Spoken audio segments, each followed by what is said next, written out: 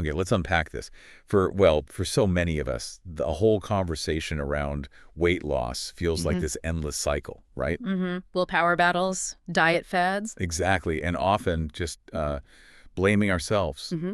But what if that struggle wasn't really your fault? Right. What if it was more about, biology and emotions?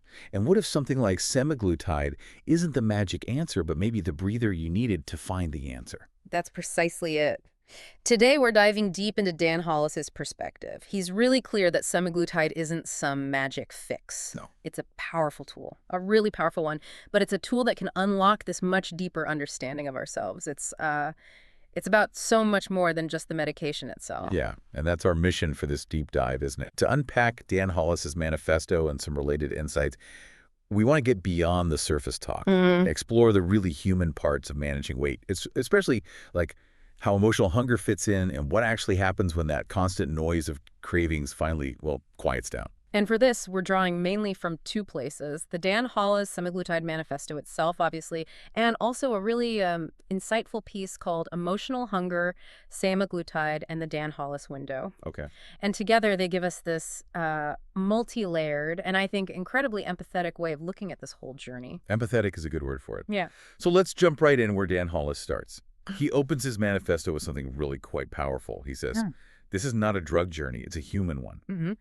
What does he mean by that exactly? Like, how does he see semaglutide changing someone's relationship with hunger and reward beyond just the numbers? Well, it's a really crucial distinction he makes. Dan emphasizes that semaglutide fundamentally changes how your brain is perceiving hunger and satisfaction and even reward. Okay. Now, for a lot of people, that can be incredibly liberating, Yeah. finally feeling some control over those urges that felt relentless. Right.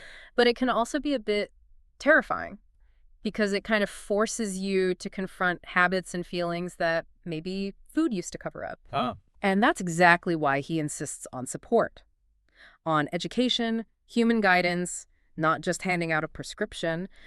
Because for most people, he argues, willpower was never really the core issue. That's a big statement. It is. Their biology, those ingrained emotional patterns, the habit loops, it was all sort of stacked against them. So Dan's approach is about insight, structure, and tools that actually meet your biology where it is. That really shifts the perspective, doesn't it? Mhm. If willpower isn't the main thing, then what is?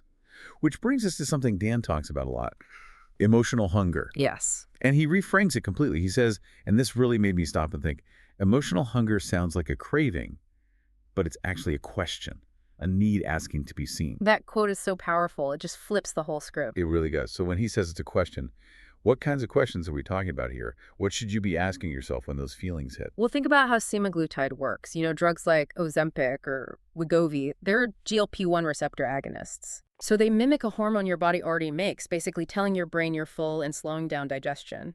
It quiets that constant food noise. Okay, the noise goes down.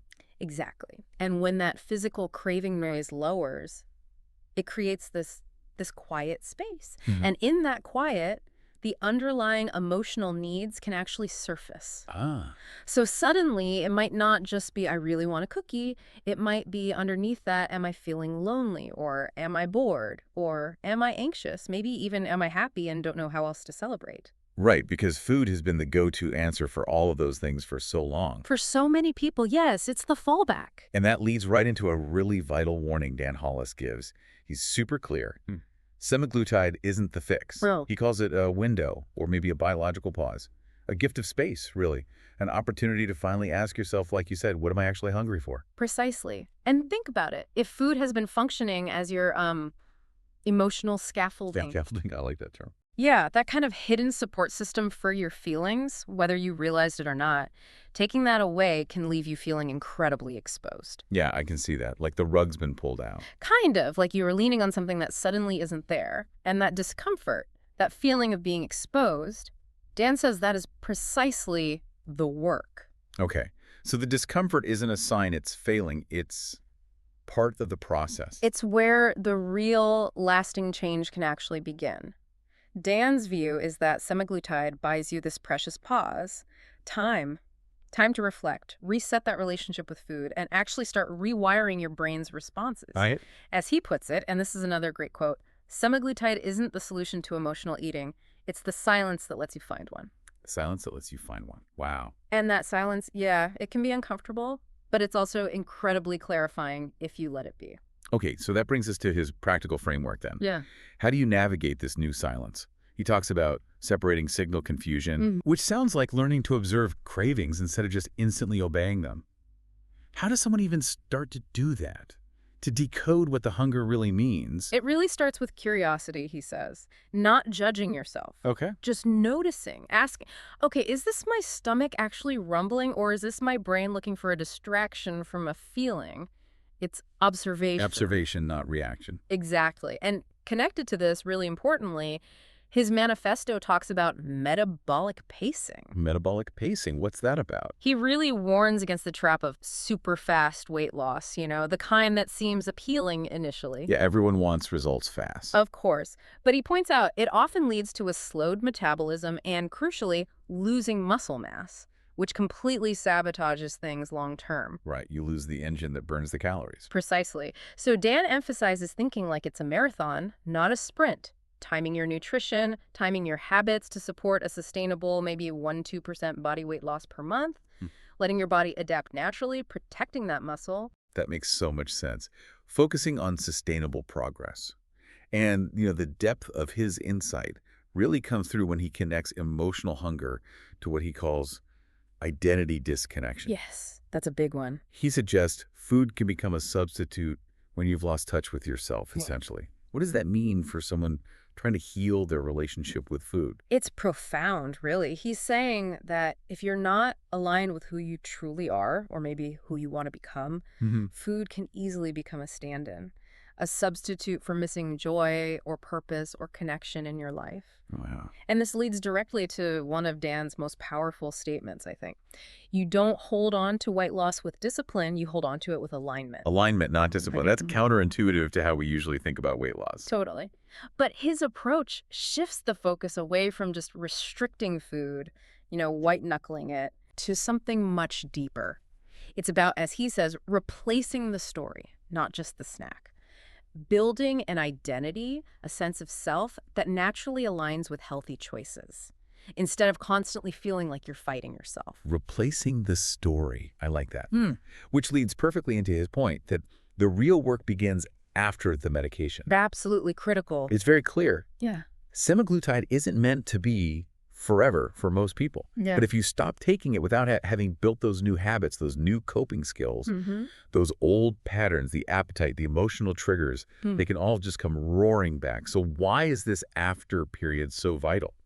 Because without building those sustainable habits, the pause was just that it was a pause, not a pivot point. Right. Semaglutide gives you the opportunity to change, the ability maybe, but you still have to actually do the work of rewiring your brain and your habits. It doesn't do the work for you. Exactly. It's like the medication clears the path in the forest, cuts back the undergrowth, but you still have to choose to walk down that cleared path. So Dan really stresses building the mental tools, the emotional tools, new routines, a different relationship with yourself that can actually sustain you when the injections stop. It's proactive skill building. Proactive skill building. Yeah. Got it.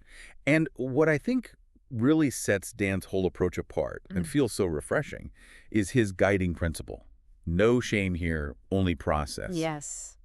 So important. Because for anyone who's struggled with weight, the shame can be just immense, crushing. Yeah. He really tries to reassure people. You're not broken, you're not lazy, you're not undisciplined.